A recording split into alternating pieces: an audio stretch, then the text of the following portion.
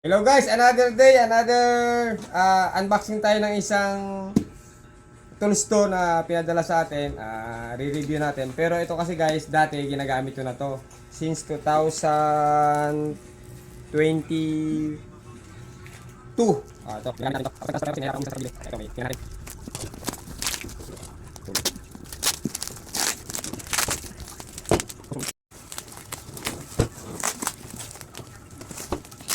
Grabe, ganda ng pagka-packaging. Hirap paklasin.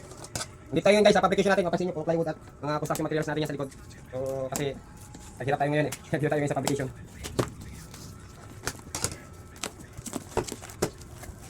Ganda, ayos. Ganda ng pagka-package guys. Grabe. Package pa lang, sulit na. Yun lang nga. Ang hirap pa lang, hindi talaga nagtipid yung seller. So, ang brand nito guys ay DCA.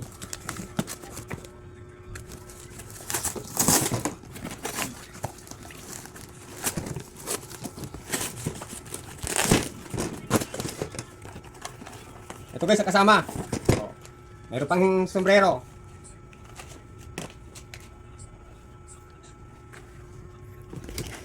Ayos, may sombrero na. Di tayo may ibisan sa trabaho.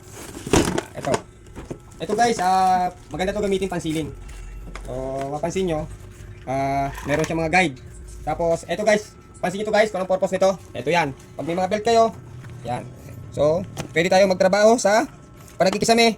Yan natin lalagay. Oh, madaling kuhain. Hindi na yung ibababa natin. Pag kasi ito nakalagay sa belt, so mabilis. Makapagtrabaho yung dalawang kamay natin, pero yung isang kamay natin, pwedeng kunin kagad. So, ganun sa kabilis. May kasama siyang susi. Isang susi. Tapos, okay na rin yung plug niya.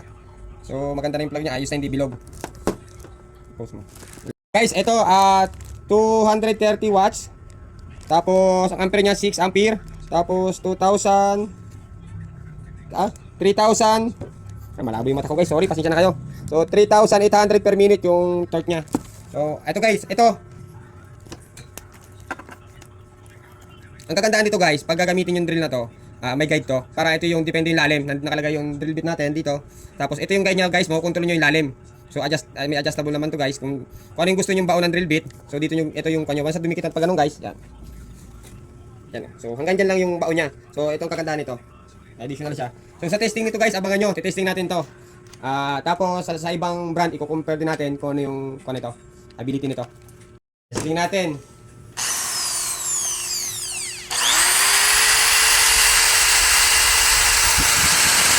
Guys, napansin nyo guys, hindi siya maingay. Tapos, napansin nyo guys yung loob, hindi gaano nag-spark. Napansin nyo kanina guys, sakto lang yung spark niya, hindi kagaya ng ibang brand na talagang pag ginamit natin, pag unang gamit, bago talaga nag-spark na malakas. Ito guys, pansinin nyo ulit oh. Normal naman yan dahil carbon yung nag-spark. Kasi yung iba, sobrang lakas ng spark pag bago. Ito, bago pa lang, unang gamit pa lang natin, ayan oh. Dito. Kita nyo, halos wala kayong makikita ng spark. Dito. So, halos wala siya nakikita ng spark. Ibig sabihin, maganda yung armature niya, maganda yung sa dulo niya, yung kabitan na, yung lagayan ng carbon. So, may reverse na rin siya. Tapos, ang kagandahan nito guys, may lock to. So, ano, para pwedeng tuloy-tuloy, pwede mo lang, hindi na i-lock ito, kalabitin mo tuloy-tuloy.